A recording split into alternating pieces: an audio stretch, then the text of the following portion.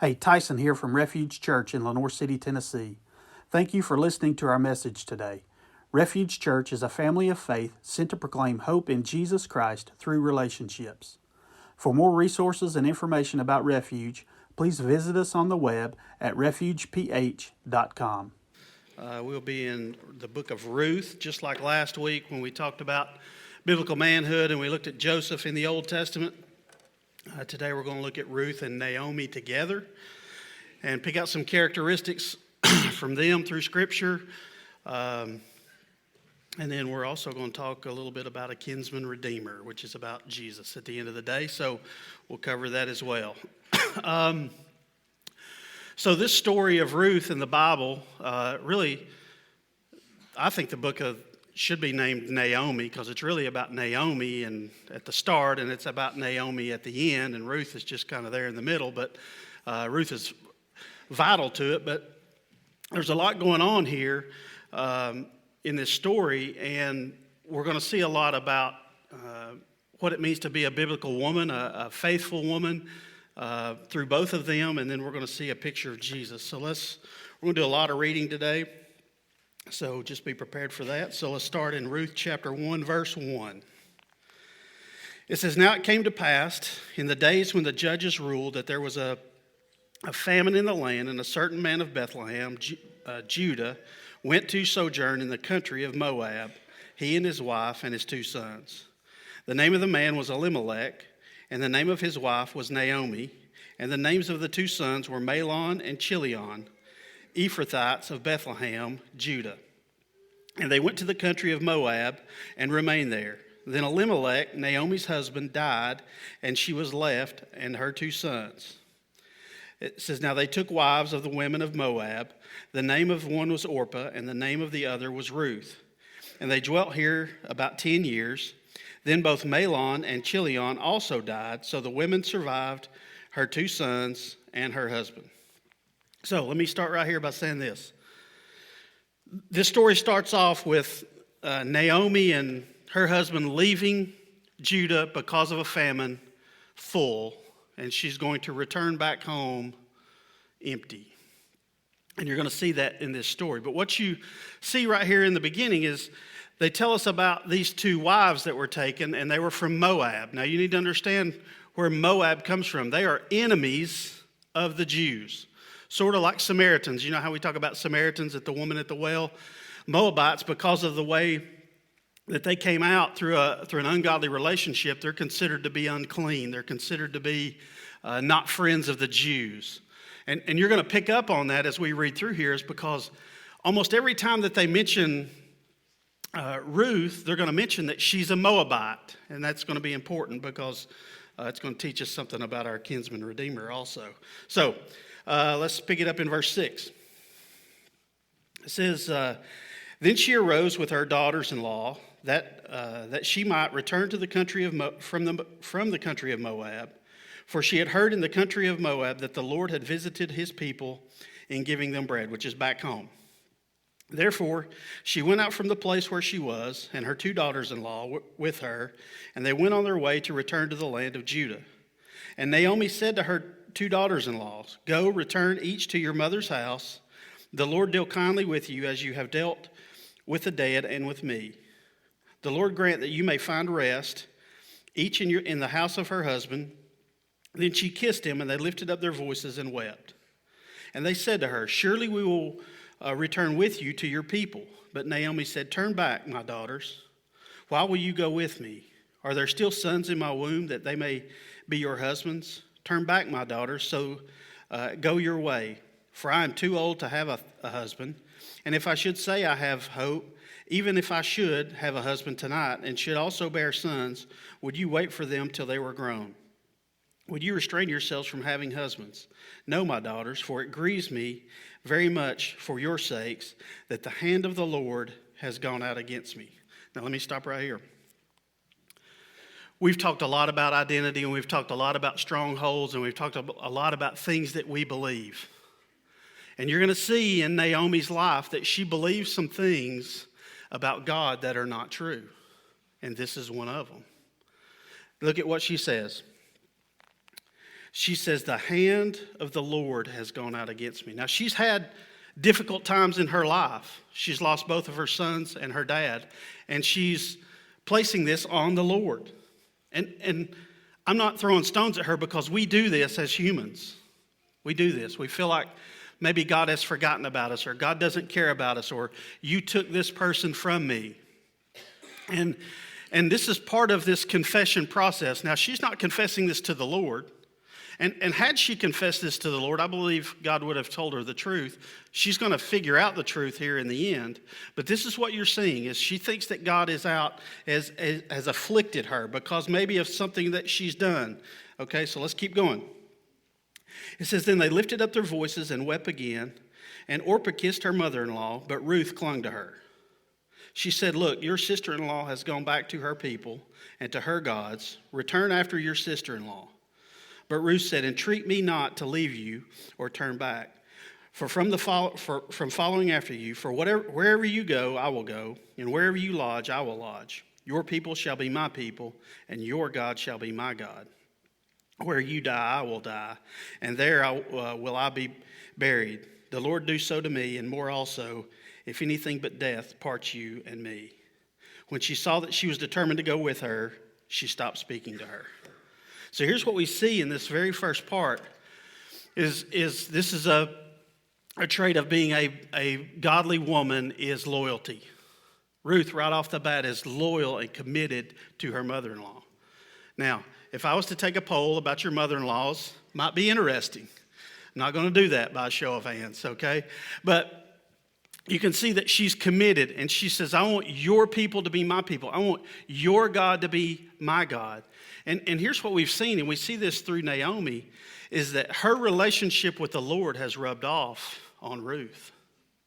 And this is what being a godly woman does, is it rubs off on other people. And even though Naomi's in this place of sort of blaming God for her situation, she's still faithful, and we'll see that. So one of the first things we see here is loyalty, okay? Let's pick it up in verse 19.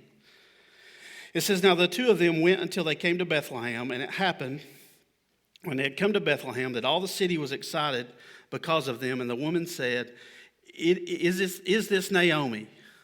So she said to them, do not call me Naomi, call me Mara, for the Almighty has dealt very bitterly with me. I went out full, and the Lord has brought me home again empty. Why do you call me Naomi, since the Lord has testified against me, and the Almighty has afflicted me? So Naomi returned, and Ruth the Moabitess, there it is. This is what she's known as in Judah, in Bethlehem. That's Ruth the Moabitess. That's the Samaritan woman. You can hear if they're using it as sort of a derogatory term in some ways. It says Ruth the Moabitess, her daughter-in-law, with her, who returned from the country of Moab. Again, talking about where she's from. Now they came to Bethlehem at the beginning of the barley harvest. Now here we see Naomi again giving an identity statement. Don't call me Naomi. Naomi means delightful, pleasant. I'm not delightful and pleasant. Call me Mara because I'm bitter. God has dealt very bitterly with me. I went out full and I came back empty. And this is how she sees her relationship with God. This is her view of God in this moment. And it's not true. And we all have these things that we believe about God that are not true at times. And it impacts how we live our life. And this is what we see. The other thing that we see here, look at what she wants to be called. She wants to be called Mara. But what does verse 22 say? So Mara returned. Is that what it says? Naomi returned. Just because she thinks that God has dealt bitterly with her, just because she thinks that the hand of the Lord has gone out against her, she is who God created her to be, which is pleasant, delightful. That's who she really is. They keep calling her Naomi for the rest of the story because that's who she truly is. She believes one thing about herself, which is not true, but this is who she really is. So let's keep going. The other thing we see here, by the way, is we see Naomi's resilience. Even though she feels like God is against her, she's resilient. She's faithful. So that's another characteristic. Chapter 2, verse 1 says, and Naomi had a kinsman of her husband, a man of great wealth of the family of Elimelech. His name is Boaz. Now, this word kinsman here is important. It's not just, oh, this is somebody that's sort of related. The word kinsman is going to mean something really big here in just a minute, so hang on to that, all right? So Ruth, the Moabitess, there it is again, identity statement, said to Naomi, please let me go to the field and glean heads of grain after him, in whose sight I may find favor. And she said to her, go, my daughter. So this is sort of a commandment or a law back in Jewish times that for the poor, the way they would take care of them is when you harvest the wheat, whatever fell to the ground, you would leave it, and people that you would allow to come in would pick that up and they would live off of that. Gleaning is what they're talking about. And this is what she's doing because women couldn't have jobs. They're sort of in financially a bad spot here. Verse 3. Then she left and went and gleaned in the field after the reapers. And she had happened to come to the part of the field belonging to Boaz, who was from the family of Elimelech. Now behold, Boaz came from Bethlehem and said to the reapers, the Lord be with you. And they answered him, the Lord bless you. Then Boaz said to his servant, who is in charge of the reapers, and whose young woman is this? So the servant who was in the charge of the reapers answered and said, it is the young Moabite woman, there it is again, identity statement. It is the young Moabite woman who came back with Naomi from the country of Moab. And she said, please let me glean and gather after the reapers among the sheaves. So she came and has continued from morning until now, though she rested a little in the house. So let me say this. What we see from Ruth here is we see a servant. She's not only gleaning for herself, she's going to take this back to her mother-in-law, Naomi. So she's working, she's diligent. This is part of what it means to be a godly woman is humble service and being diligent. That's what she's doing. Keep going. Verse 8. Then Boaz said to Ruth, you will listen, my daughter, will you not? Do not go and glean in another field, nor go from here, but stay close by the young women. Let your eyes be on the field which they reap, and go after them. Have I not commanded the young men not to touch you? And when you are thirsty, you go to the vessels and drink from what the young men have drawn. Then she fell on her face and bowed down to the ground and said to him, why have I found favor in your eyes, that you should take notice of me, since I am a foreigner? See, even in her own mindset, she sees herself as a foreigner. I'm just a Moabite. And what we see here is we see Boaz protecting her. Stay in my field. I will protect you. People are not going to touch you. So we'll talk about that kinsman redeemer here in just a minute. Verse 11. And Boaz answered and said to her, it has been fully reported to me all that you have done for your mother-in-law since the death of your husband, and how you have left your father and your mother in the land of your birth, and have come to the people who you did not know before. The Lord repay your work, and full reward be given to you by the Lord God of Israel, under whose wings you have come for refuge. So here's what we see in Boaz as he talks to Ruth about what kind of character she has. Even the town has recognized that even though this lady is a Moabite, they see her character, they see her godly service to her mother-in-law, and they're drawn to that. So we see that. Keep going. Let's see here. Verse 13. Then she said, let me find favor in your sight, my Lord, for you have comforted me and have spoken kindly to your maidservant, though I'm not like one of your maidservants. Now Boaz said to her at mealtime, come here and eat the bread and dip your piece of bread in the vinegar. So she sat beside the reapers and he passed parched grain to her, and she ate and was satisfied and kept some back. Now, why do you think she kept some back? Taking it to her mother-in-law. Because that's the kind of person she is. Because this is what women do. They're always thinking about other people. They put other people first. This is part of the trait. I tried my best when I picked the men to talk about godly men to not pick one that was about being a father. I've tried my best to do this here of one that's not being a mother. Now she becomes a mother in the end. But I want to separate womanhood and manhood from fatherhood and motherhood, because you can be a godly woman and a godly man without being a mother and without being a father, okay? And what we see here is that a biblical woman is someone who still looks out for other people. That's what they do. It's not just a motherhood trait. We'll get to that when we talk about motherhood. So, verse 15. And when she rose up to glean, Boaz commanded his young men, saying, let her glean even among the sheaves, and do not reproach her. Also, let some grain fall from the bundles, fall purposely for her. Leave it that she may glean, and do not rebuke her. So he's like, hey, shake a little extra out for her. They're going to take care of her. Verse 17. So she gleaned in the field until the evening, and beat out what she had gleaned, and it was about an ephah of barley. Then she took it and went into the city, and her mother-in-law saw what she had gleaned. So she brought out and gave it to her, what she had kept back after she had been satisfied. And her mother-in-law said to her, where have you gleaned today, and where did you work? Blessed be the one who took notice of you.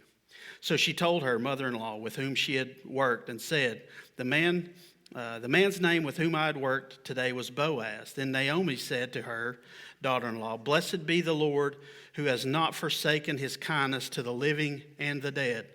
Think about that statement right there. Think about what she just said just a little bit ago. The Lord has afflicted me. What else did it say back here? It says, the Almighty has dealt bitterly with me.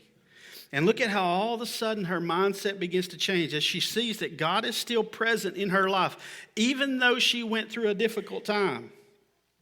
Blessed be the Lord who has not forsaken his kindness to the living and the dead. And Naomi said to her, the man is a relative of yours, one of our near kinsman redeemer. Keep that statement in mind. More to come on that. Then Ruth, the Moabitess, there it is again, identity statement, said, he also said to me, you shall stay close by my young men until they have finished all of my harvest. And Naomi said to Ruth, her daughter-in-law, it is good, my daughter, that you go out with his young women, and that the people do not meet you in any other field. So she stayed close by the young women of Boaz to glean until the end of the barley harvest and the wheat harvest, and she dwelt with her mother-in-law. So here's what we see in this. We see that humble service. We see her caring after her mother-in-law. We see Naomi beginning to realize that God has not left her. We see all these things. So we see loyalty. We see resilience. We see faithfulness. We see humble service. We see being diligent. We see caring for others in a nurturing way. And we're going to see that again here in chapter 3. Let's pick up in chapter 3, verse 1. Then Naomi, her mother-in-law, said to her, my daughter, shall I not seek security for you, that it may be well with you? Now Boaz, whose young woman you are with, is he not our kinsman? In fact, he is winnowing barley tonight at the threshing floor. Therefore, wash yourself and anoint yourself. Put on your best garment and go down to the threshing floor. But do not make yourself known to the man until he has finished eating and drinking. Then it shall be that when he lies down, that you shall notice the place where he lies, and you shall go in and uncover his feet and lie down, and he will tell you what you should do. And she said to her, all that you say to me, I will do. So this is like, she's asking her daughter-in-law to go ask Boaz to protect her. You're going to see this idea of covering her with wings kind of deal, to take her in as a kinsman redeemer. This is an invitation that she's giving. So we're going to pick it up in verse 6. And I may not have this on the, do I have verse 6 on the screen? I think I left this one out. Yeah, my bad. So we were with the college kids. I'm going to blame it on them. Not really. I didn't highlight this in my notes, so I didn't put it in the slides. So just listen along. This is the most important part, by the way. Verse 6. So she went down to the threshing floor and did according to all that her mother-in-law instructed. And after Boaz had eaten and drunk, and his heart was cheerful, he went to lie down at the end of the heap of grain, and she came softly and uncovered his feet and lay down. Now it happened at midnight that the man was startled, and he turned himself, and there is a woman was lying at his feet. And he said, who are you? And she said, I am Ruth, your maidservant. Take your maidservant under your wing, for you are a near kinsman. So she's asking for his permanent protection. Then he said, blessed are you of the Lord, my daughter, For you have shown more kindness at the end than at the beginning, in that you did not go after young men, whether poor or rich. And now, my daughter, do not fear, for I will do for you all that you request. For all the people of my town know that you are a virtuous woman. Now, that's a very important statement right there. A virtuous woman. What does that mean? Well, we see that root word in two other verses in the Bible. I want to read those. Don't have those on the screen either because I messed that up. Proverbs 12:4, it says, an excellent wife is the crown of her husband, but she who causes shame is the rottenness in his bones. An excellent wife, that's the idea of a virtuous wife. Proverbs 31, I'm going to put my glasses back on. Proverbs 31:10, who can find a virtuous wife? For her worth is far above rubies. What does virtuous mean? It means to have strength and bravery, to be capable and efficient, to have ethical and moral, upright character, to be noble and to be diligent. It's almost this idea of a warrior-like existence, of being a warrior about these things, of virtue and nobility and capable and strength and valor. And this is how they describe Ruth. Just on being around her. They see it in her character. Not just Boaz, but the whole town see what kind of person she is, being virtuous. We also see in verse 9 this bold faith in her to do what Naomi asked her to do. That took faith to go out and ask because she could have been rejected. Does anybody here like to be rejected?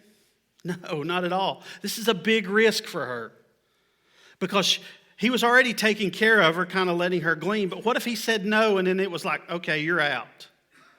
This was a big risk for her. So she took a step of faith. And this is what it means to be a godly woman, is to take steps of faith. Take these leaps of faith.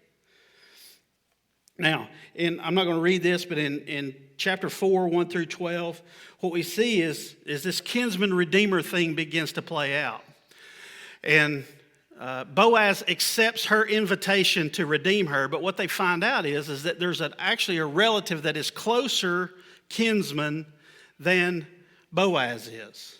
So there's a legal process that has to take place here. So Boaz calls all the elders together to go through this legal process about this kinsman redeemer thing, and they have to offer it to this person first. Now here's the way this works. So Naomi owns land because her husband owned land and now he's gone. Now she can't do anything with it. She can't go get a job. Her only asset is land that she can do nothing with. So it's like she's broke, right? And she's in this place of desperation. Well, the kinsman redeemer, what they would do is they would pay Naomi for that land so that she could take care of herself. Now, with that, and here's the catch, as these elders are meeting with this other near kinsman, he says, you can buy the land of Naomi's, you can redeem that, but if you take Naomi, you also get that Moabite woman that's with her. And you know what the guy says?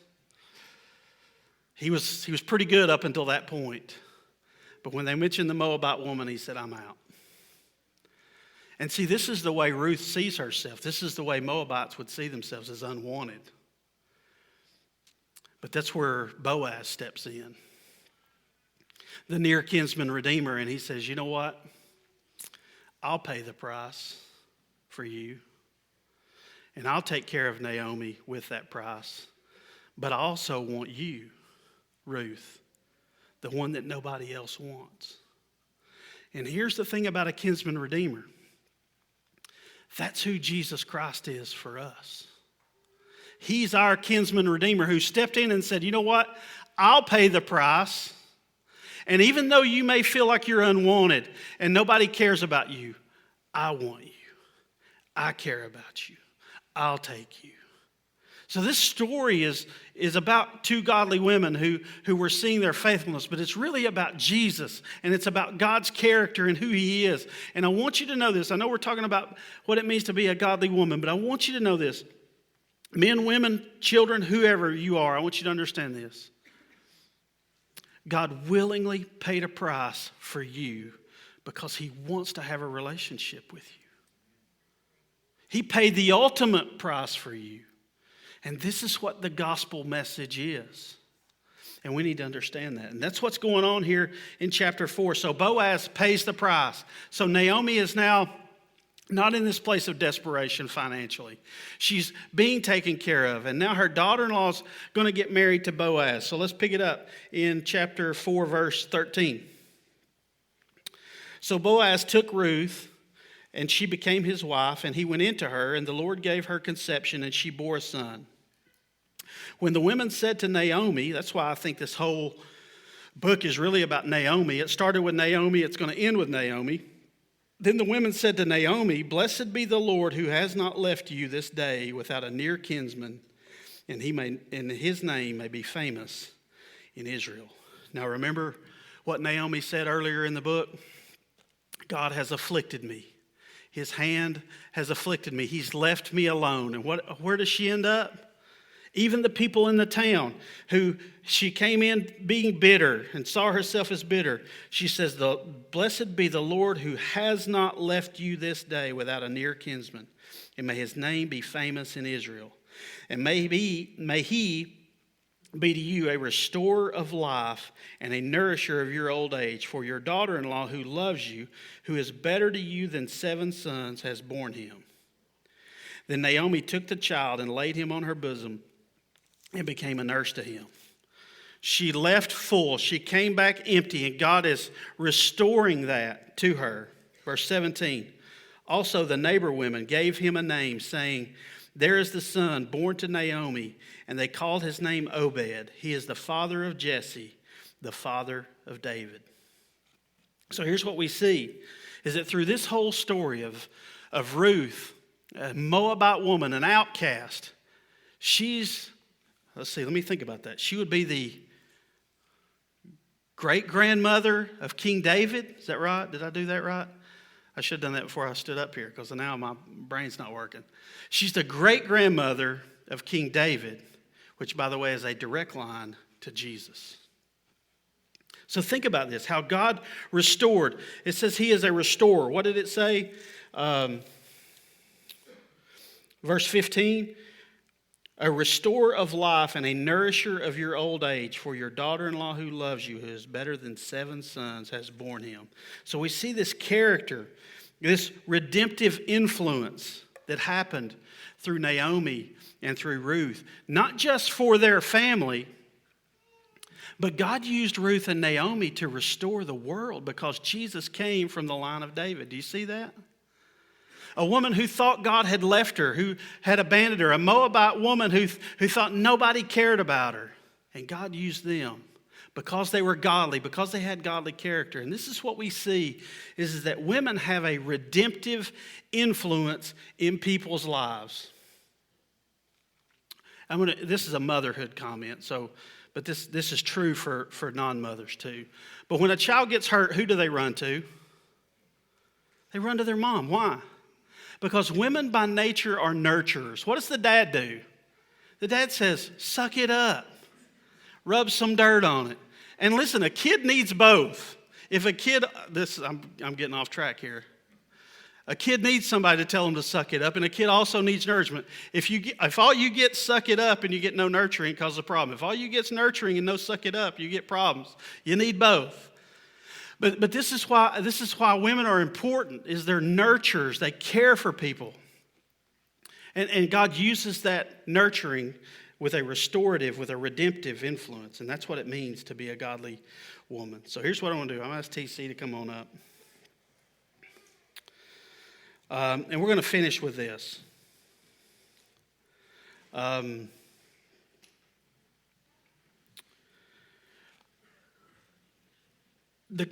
The enemy in this world is trying to tear down the family.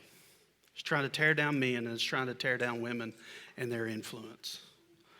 And if we can get back, we talked about this earlier when we talked about kingdom versus empire. We talked about that a couple of weeks ago, that we live in this empire world like the Roman Empire, and it's I'm going to get mine, and I'm going to do what's best for me, and war and all these things, and there's not enough. But we are Christians. We live in the kingdom. the kingdom is not like the empire. The kingdom is about loving your neighbor, loving your enemy, mercy, grace, all these things. And what the world wants to do is it wants to paint a picture of manhood and womanhood that is not biblical. So we have back to this biblical idea of what it means to be a godly woman and a godly man.